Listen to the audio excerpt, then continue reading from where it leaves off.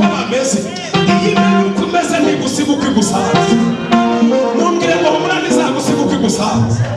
Haleluya. Izagutabara bose babireba. Haleluya. Izagutabara ku mugaragaro. Izagutabara abarozi bagihari. Izagutabara abakuburanya bagihari. Haleluya. Izagutabara abagambiriye kumva bagihari. Haleluya. Ntabwo kubaho kwawe ari impuhwe z'imishwi, kuko kubaho kw'inkoko si impuhwe z'agaca. Haleluya. Wanasifiwe. Ubukana bw'igikeri ntibubuza umuvomyi kuvoma. Wanasifiwe. Nari mvuze ngo kubaho kw'imishwi si impuhwe z'agaca, kandi ubukana bw'amaso y'igikeri ntabwo bujya bubuza umuvomyi kuvoma. Kiragomba cyane, ariko umuvomyi wuzuye umwuka baravoma.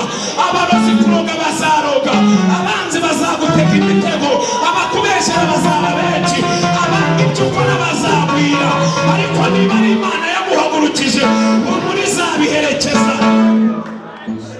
Haleluya. Bisema zamure. Haleluya. Izagutabara bose.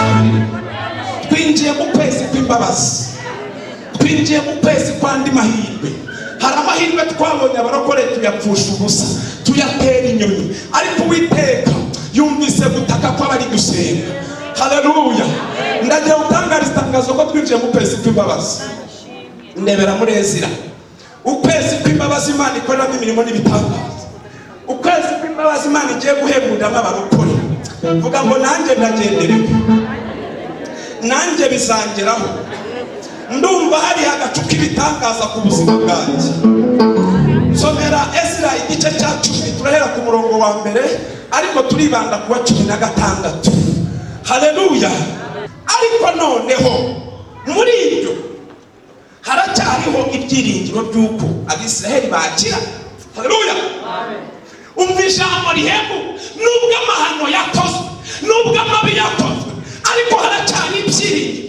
N'abaranzika arababwira tumva bagabo bene data, ikinteye amarira, ikinteye kugupfukama, ikinteye kukurambarara, mwanga kuza mu isinagogi muteraniyemo, muterananye uburyarya, muterananye amashyari, muterananye kutumvikana, muterananye kudakundana, murateranye ariko buri wese niwe ushaka kugaragara. Nimukeneye ko Imana yabakuye muri Egiputa igaragara. N'ikimenyimenyi nimukinyurwa n'ibyibagenera. Mwatangiye kwivanga n'andi mahanga, muri kurongora abanyabyaha, muri gusambana mwavuye kuramya, muri gusinda mwavuye kubwiriza. Amahano ikizira cyahagaze ahere. Byatumye Imana itwima amaso, n'abagihagaze turasenga nirenge pravo, kuko mwakiriye nyabingi za kera. Muri gukora, muri kunywa amayoga baterekereragaho, muri kunywa amatabi babandwanaga, muri kunywa iby'abapfumu banywaga, muri gukora ibimenyetso nk'iby'abazimu n'abazimukazi. Ngiki gitumye Imana itagikora ibitangaza mu iteraniro, nuko rubanda nyamwinshi duteranana imbereka. Haleluya. Arababwira, arabashinja, barangije ntibigeze bamwana cyangwa muhamwaka. Baravuze ngo ni koko twakoze ibyaha. Twakoze iki? Dukora iki? Tugire dute? Yesu nashimwe. Ku murongo waho wa 4 arababwira ngo byuka kuko ari ibyawe, kandi turi kumwe nawe, ntutinye ubikore. Haleluya. Bamwemerera gukora icyo Imana yamutumye.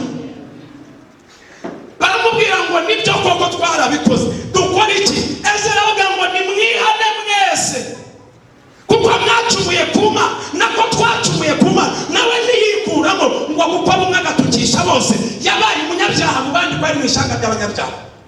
Abarokore. Haleluya. Amen. Ngo dukurikize inama ya databuja. Reka dusome 3 neza. Ngo nuko rero none dusezerana isezerano n'Imana yacu yuko dusenda abagore bose n'abana babyaye dukurikije inama ya databuja n'iy'abahindira imishyitsi itegeko ry'Imana yacu, kandi bigenzwe nk'uko amategeko ategeka. bose baramusubiza ngo byuka kuko ari ibyawe kandi turi kumwe nawe, ntutinye ubikore. Ezira aherako arabyuka arahiza abakuru b'abatambyi n'abalewi n'abisiraheli bose yuko bazabigenza nk'uko bagiye inama, nuko bararahira.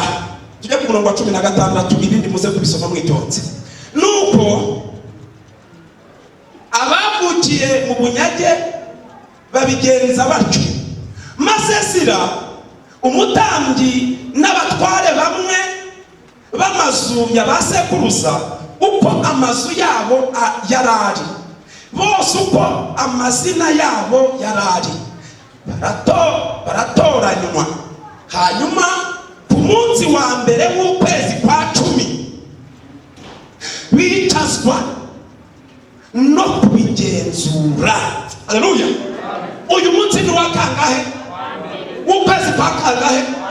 Ngo wabaye umunsi wo kubigenzura kw'iby'Imana yavuze ariko byakozwe. Haleluya.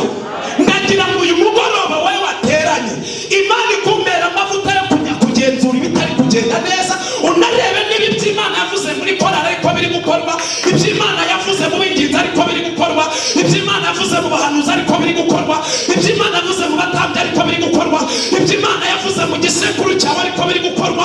Witandukanye n'imyuka mibi, witandukanye n'imbaraga z'icyaha, witandukanye na karande yakameza mirya.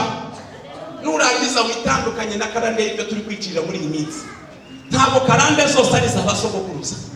Basogokuru baraterekeye barabandwa ariko ntibigeze baba batinganye. Baraterekeye barabandwa ntibigeze bajya muri Illuminati cyangwa Framasoniye cyangwa ngo bajye gucisha za karagwe na za iyo yose bacishiriza. Ntabwo mwamini yari yakabaho ngo bajye kumuraguza. Sibyo murako? Ibyo byose urabizi nawe turazi. Rusa duhaye ubuhamya yuko yahuye n'ikigeragezo bakamubwira kujya mu bitari Imana, ahubwo akarushaho kubivamo akegera Imana. Imana ikamukiriza umwana. Uwavutse afite ubumuga ubu ari kugenda ni muzima. Haleluya. Ubu aratambuka nisheja, aratambuka ashima Imana. Haleluya. Oliva yumvise ubuhamya bw'uwakijijwe n'Imana, arayizera nawe iramukiza. Idashingiye ku mashuri, idashingiye ku bushobozi, Imana itarobanura ku buto. Haleluya. Haleluya. Ibi bintu birakora nshuti yanjye. Hagarara muri uku kwizera umusengere, hagarara muri uku kwizera umuremera ubuzima busha, hagarara muri uku kwizera umutandukanye na karande, hagarara muri uku kwizera umutandukanye n'inyatsi, hagarara muri uku kwizera umutandukanye n'icyaha cyamwizengurukijeho. Senga nawe uzaseba senga, mufate mu biganza byo mu musengere, mufate mu biganza byo mu mwature y'ijambo ry'ubuzima, mufate mu biganza byo mu mwature ho gutsinda umutandukanye na karande. Yinjire muri uku kwezi ari umunyamugisha, ari umuntu ufitanye isano n'Imana. Yego Yesu, umva gusenga Uwiteka Nyir'ingabo, umva gusenga kw'abapapa batura kuri bene se, umva gusenga kw'abamama batura kuri bene se, umva gusenga kw'abasore batura kuri bene se, umva gusenga kw'abakobwa batura kuri bene se. Manura amavuta yiyereka buri wese umwuka waramumanukiye, umuhishurire ibya mugenzi we, umuhishurire icyo kwatura, umuhishurire icyo kuvuga. Itarengagiza Uwiteka aho twabucumuye hose, turihamye bw'itorero, nihamiye abashumba bose Mana batandukiye ubushake bwawe, nihamiye abashumba bose Mana bavuze amahano, nihamiye abashumba bose Mana bakoze amahano, bagiye kure y'ubushake bwawe, ariko tubabarire.